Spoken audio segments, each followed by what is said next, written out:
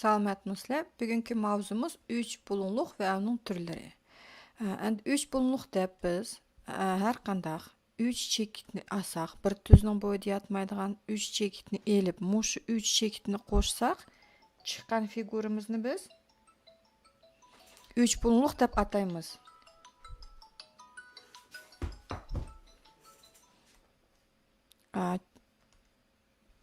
Bu yerda mushu chekitlarni biz 3 bulunluqning cho'qqilari deb ataymiz və mush chiqqan kesindilarni 3 bulunluqning taraflari deb ataymiz. 3 bulunluqning turlarini qarashtirib ketaylik. Agar bizning 3 bulunluqning hamma bulunlari tar bo'lsa, esinlarga sepib ketay. Tar 3 bulunluq deb, tar bulun deb 90 dan kichik bulunni atatdik. Masalan, alfa bulunimiz 0 dan cho'ng yoki 90 dan kichik bo'lsa, mushtaq bulunni biz tar bulun dedik. Tik bulun deb agar alf bir bulunimiz 90 gradusga teng bo'lsa, mush 3 bulunliqda u vaqtida mushtaq 3 bulunliqni tik bulunliq 3 bulunliq deb ataymiz. Tar bulun deb alfa bulunimiz 90 dan jiq yoki 180 dan az bo'lsa, mushning oraliqdagi ham bulunlar tar bulunlar. Shu vaqtida 3 bulunliqning bir buluni tar bo'lsa, kechirishlar tar emas, keng bo'lsa, u chaqda buni biz keng bulunliq 3 bulunliq deb ataymiz. Shundaqla yangi bir narsa chiqib qoldi bu 3 bulunliqning medianisi deb. 3 bulunliqning medianisi deb 3 bulunliqning cho'qqisi, mana buni C cho'qqisini olaylik va uning qarama-qarshi yotgan tarafining o'rtasini bo'ladigan chiziqni biz mediana deb ataymiz. Masalan, C cho'qqisidan yurgizilgan CD kesindimiz bizda bu yerda mediana. Shundaqla biz A cho'qqisidan CD tarafiga kechirishlar CB tarafini o'tir tarafini bo'lib olib, A cho'qqisidan meshaga yurgizilgan tuz chiziqni biz A yeda qo'yaylik, u mediana bo'ldi. Shundaqla B cho'qqisidan mediana yurgazsak bo'ldi. B cho'qqisidan mediana yurgazsanglar, mana ham tarafini tushgan tarafini har qachon teng bo'ldi. F da qo'yaylik. BF mushlarimiz mediana. Shu vaqtda 3 bulunliqda 3 ta medianni sizalaymiz. Hammasi mushu 3 bulunliqning ichida bo'ldi. Endiki bizdeki aniqlama bisektrisa.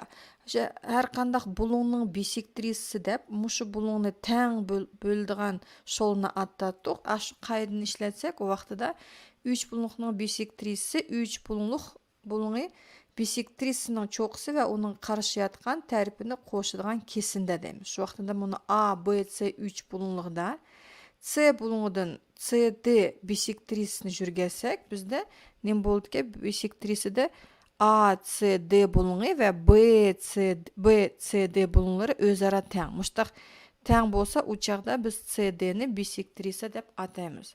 Medianni o'xshashla biz har bir cho'qqisidan, masalan, A bulunini o'tirni bo'lib yotsak bo'ldi. Rovna qilib, shundaqla B cho'qqisidan yurgizilgan bisektrisa, уже 3 ta palchiksiz qo'yay. U nima qildiki, bulun bo'yini teng bo'ldi. Va 8-sinfda o'timiz ham bisektrisalar, medianalar hammasi bir chekitda qiyilishdi degan. Пока что o'tirib tursin. 3-chi aniqlama egizlik. Egizlik deb 3 bulunliqning cho'qqisi, mana masalan C cho'qqisini olaylik va uning qarshi yotgan tarafga yoki uning davomiga yotgan chekitni qo'shadigan va mushu tarafga perpendikulyar bo'ladigan kesinda deydi. Masalan, bu yerda birinchi 3 bulunliqni qarashtiraylik. Tar bulunliq A, B, C 3 bulunliqni. U vaqtida C cho'qqisidan yurgizilgan egizlik nima ichida bo'ldi. C, D egizlik har qachon buni tushayotgan tarafiga perpendikulyar deganimiz, perpendikulyar 90 gradus bilan tushadi. Mana tik deganimiz 90 gradus deganni ko'rsatdi. Agar bizning 3 bulunliq o'zi tik bulunliq 3 bulunliq bo'lsa, u vaqtida bizning mushu CB 3 bulunliqning tarafi ham uning egizligi bo'lib hisoblandi. Mayaqni qarasanglar, A va D mo bu yer egizlik bo'ldi. Agar biz A menga B yozilish kerak-da, asal nima qaptimaydi. A, B, C degan keng bulunliq 3 bulunliqni qarashtirsak, u vaqtida C cho'qqisidan yurgizilgan egizlik ichiga yurgizamaymiz. U nima bo'ldi?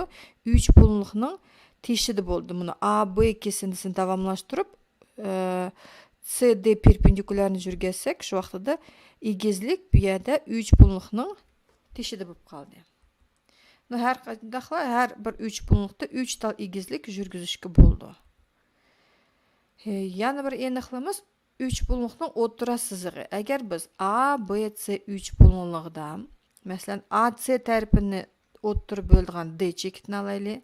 B, C кесинтисин отурдан бөлдиган E чекитин алайлы. Шу вакытта D белән E чекитин кошсак, улар нем булды ки, уны biz 3 булыңлыкның отура сызыгы дип атаймыз. Әнди, шиктал 3 булыңлык караштырайлы. Мәсәлән, A, B, C вә A1, B1, C1 булса, у вакытта әгәр шики 3 булыңлыкның мувафиq, мәсәлән, A булыңы A1 булыңга тең, унымда язмыз. A булыңы тең булың A1 булса, шундакла булың B тең булың B1 булса вә булың C тең булың C, һәм булыңлары тең.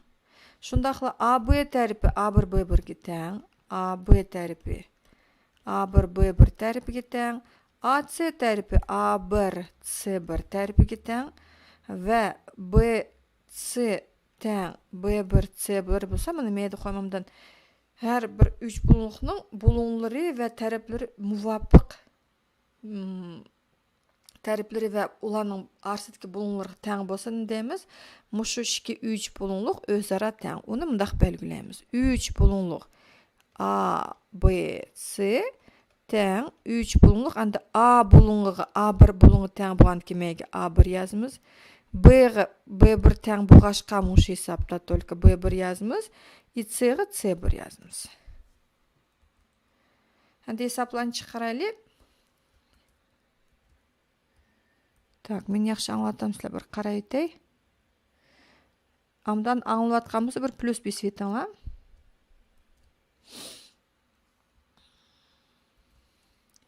Берилген сүрәттә барлык 3 булыңлыкларны атаңлап. Бу безгә математикалык сават дигән чыкты 11 класста. Ашет керек бу калды. Шуның өчен амдан язып чыгайлы. 5-дә караңлар, чаташмаш өчен сезләр кичик 3 булыңлыкларны язып чыгаңлар. Аштак бер үзаңлар правила дип алсаң, амдан булды да чаташмайсызлар. Шу вакытта мәйдән башлайлы. A, C, D дигән күрәсезләр 3 булыңлыкны. Шу вакытта язайлы 3 булыңлык A, C, D. Keyin, onundan keyin kichik bulungluq C, D, Y. 3 bulungluq C, D, Y. Onundan keyin I, G, B, D, или B, D, Y desanglar bo'ldi. 3 bulungluq B, D, Y. Mana kichik 3 bulungluqdan 3 tal бар ekan. Ularni bitirib bo'ldik. Endi давайте 2dan bo'ldigan 3 bulungluqlarni qarashtiraylik. Masalan, D, C və B çoxlarını qoşsaq, bizdə mındaq bir 3 bulunluq boldu, durusma? 2 kiçik 3 bulunluqdan bolduğan. Şunu biz 3 bulunluq B, C, D deb ataymız. Yani 2 taldan bolğan, məsələn A, C, Y, D-ni qoşsaqlar, уже 3 bulunluq bolmaydı baydım. Bu kəməydi o. Şu vaxtda da 2 tallıqdan bütkən bolsa, əndi 3 talını görəli. O vaxtda da həmisi общий boldu ekan, mana durusma? A, B, C-ni yazsaq, 3 bulunluq A, B, C. Barlığı 3, 4, 5 tal 3 bulunluq çıxdı. Əndiki hesabda mındaydı. 3 bulunluqdan taşqırı onun medianisi, bisektrisi, egizligi ötüş mümkünmü? Onun əbəyə ucu etib getdim. Əgər bizdə qarаңlar, qalğan 3 bulunluqni alaylı, məsələn, tar, əməs kəng bulunluq 3 bulunluq qaraşdıraylı, A, B, C. Bir yerdə median məsələn A çoxsudan medianı жүргүзүңлар дегенкен, A çoxsudan B, C tərəfini примерно отурдан бөлүп алса да, mana bunu medianı deyirlər. Onu A, D də qoyaylı. Şundaqla B çoxsudan A, C kesintisini tərəfini ровно oturda bölü degенкен, mundaq yaz qoyaylı. B-ye тоже nem boldu? Medianısı boldu. Şundaqla C çoxsudan A, B tərəfiga жүргүзүлгөн mediana, вот medianlı hər qaçan nem boldu ki, içində boldu. Üçelsi. Bisektrisi şundaqla, a вот egizlikdə səl başqaça. Egizlikni az men başqa ruchka bilan yazıb qo'yay. Şulu keng bulunluq 3 bulunluqni qarashtiraylik. A, B, C. Endi B çoxsudan жүргүзүлгөн egizlik мындак ишин пункттерин өткүзүп коеюн. BD. У иччиде болду.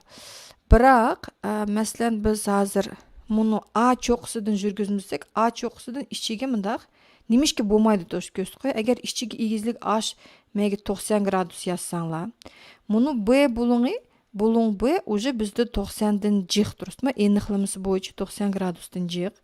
Шоқта муну 90 градустан жыкка 90-ны кошсаңла, уже 180 градустан жык болуп кетип барды. Biz bilmişti, her kandaq 3 bulunqның hamı bulunlarının qoşundusu 180 gradus boluş керек. Şunun üçün biz ne deyimizke bir yerde tar bulunğuğa işçigidin igizlik жүргүзүшкө болмайды. Şunun üçün biz bunu BC tərəfini davamlaştırıp A çoxusunun muşu BC düz sızığı perpendikularını mında жүргүзмүз. Mındaq H dep yaz koyay. Şoqta da A'ya igizlik çıkıdı. Endiki hesapta A, B, C ve I, F, G 3 bulunluqları teң deydi. Ve A, B 5, B, C 6, A, C 7 bolsa, I, F, G 3 bulunluqlarının tərəflərini tepinləndi. Mən mındaq bir 3 bulunluqsuz qoyay. Məsələn, da bolsun. A, B, B, C, A, B, C alaylı. Endi men sel çıralıq bolmay qaldı, ladna. A, B tərəfi 5, B, C tərəfi 6 və A, C tərəfi 7 cm. Şundaqla I, F, G 3 bulunluğu var deydi. Ular özara təң. Özara təң degandikin I, F, G dep yazay. Oy, keçirsizlar. Muvaffiq boluş керек. Şunun üçün A, B, C dep men yazgandikin meydimi I, F, G dep yazmay. Ve I, F, G 3 bulunluqның tərəflərini tepinler. Şu əgər 2-3 bulunluq təң bolğandikin bizde получается A, B tərəfi I, F tərəfiga manımdaq qarasızlar qaranglar. Birinci hərf, ikinci hərf meydini alsanglar. İkinci 3 bulunluq тоже birinci, ikinci hərfini alsınlar. Şoqda da A, B tərəfi Y, F tərəfiga təң. Y, F tərəfi A, B tərəfiga təң. 5 cm də qoysınlar. Дальше F, G это ikinci ve üçüncü meydi durusma. F, G'ni alsanglar. Meydim ikinci bile üçüncüsünü alsınlar. O boldu B, C. B, C bizde qanchaki 6 cm. Axırqısı qaldı. I, G'ni yazvitayli. I, G təң boldu. I, G biyədə birinci ve üçüncüsünü aldıq. Meydimi birinci bile üçüncüsünü almız. Təң A, C-ға boldu. Yani sızışının biyədə haceti yok. Prosta mən sizə köstüp görünsün dep siz koyganım.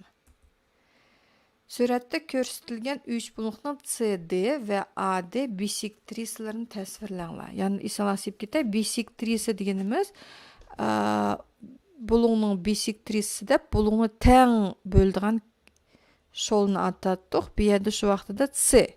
Mana C çoxusudan bu yerdə mındaq qarsaq примерно bunu o'ttirdan o'tkazsam, как раз таки bunu iki bulun o'zaro təң bo'ldi ki.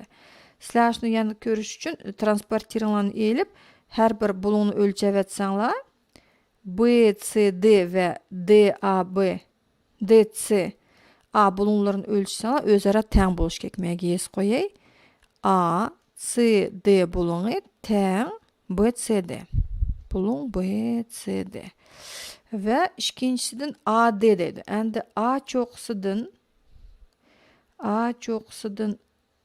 C, B tərəfiga bisektrisini жүргәсәк, endi bu yerdə mən də qırdan mansam qaranglar. Bunu iki bulun özara təң bolamdı çaxmaqdı qaraytaylı. Yo'q, o təң bolmadı. Şunun üçün sizlər də qısanlar boldu. Transporter bilan A bulununu ölçəysizlər. Qancha gradus bolsa, keyin ana shuni ровно bölüb elib, ikiga ölçsələr примерно mındaq çıxdı deb o'ylayman. Mındaq yaz qo'yay. AY bisektrisi. AY bisektrisi bolsa, o vaqtida CAY bulunu, bulun CAY təң boldu bulun BAY-ға. Tushunayaptimi sizlar?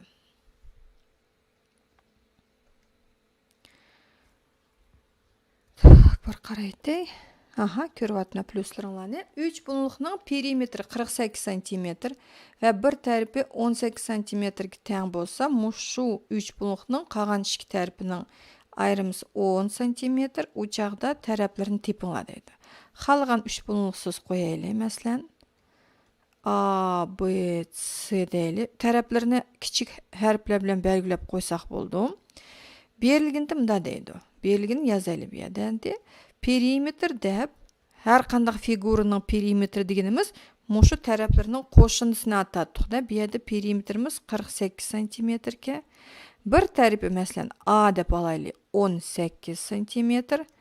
Əgər qalğan iki tərəfinin ayrımısı B elinğan C yoki bo'lmasa C elinğan B, onun raznicy yo'q. Shuning uchun alfavit bilan mangan keyin B elinğan C deb qo'yay. 10 santimetr bo'lsa, mushu B va C taraflarini tepinglar deydi. Chiqiraylendi. Perimetr berilgan bo'lgan keyin perimetr deb hamma taraflarini qo'shnisini ataymiz dedik. Shu vaqtda A plus B plus C teng perimetrga A'nın o'rniga 18 yazmiz. B plus C, P'nin o'rniga 48 yazsaq, bu yerda B va C taraflarining qo'shindisi chiqadiki 30 santimetr. Bo'ldi. Bu yerda bir tanglama ikki belgisiz buni chiqaramaymiz. Shuning uchun endi buni ikkinchi shartni qarash turaylik. Ikki tarafining ayrimisi 10 deydi. Shu vaqtda demakki B elingan C 10 deb sistema yig'asak va bu sistemalarni bir-birisiga qo'shib etsak, B'ga B'ni qo'shsak 2B, endi o'sha algebra ketdi. C'dan minus C'ni yetsak qisqarib ketadi. 10ga 30ni qo'shsanglar 40. Bu yerdan B tarafi 20 bo'ldi ekan. Endi kechirishlar, B 20 santimetr bo'lsa, nim kerak bizga? C kerak. Qaranglar. B qo'shilgan C 30 dedik. Shu vaqtda men shu yerda B qo'shilgan C teng 30 ga B ning o'rniga 20 yezib C'ni topa olamizga.